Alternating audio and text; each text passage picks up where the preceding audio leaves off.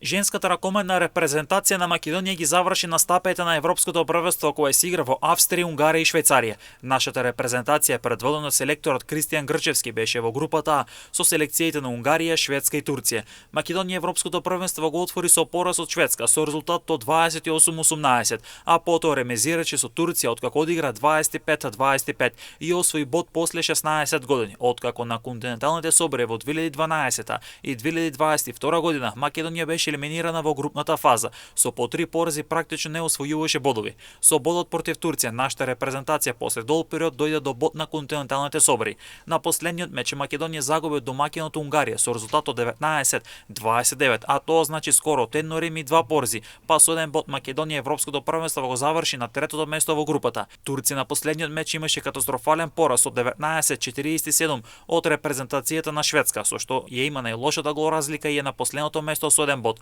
Во однос на табелата Унгарија заврши на првото место со 3 од 36 бодови, Шведска беше втора со 4 бодови, Македонија е трета со 1 бод, а бод има и Турција која е на ното. Шведска имаше најефикасен напад со постигнати 100 поголици на сите 3 надпревари, а најслаб напад имаше Македонија која постигна 62 гола на трите надпревари. Репрезентацијата на Турција имаше најлоша одбрана која прими дури 102 гола, а пак најдобра одбрана имаше Унгарија која прими 68 гола.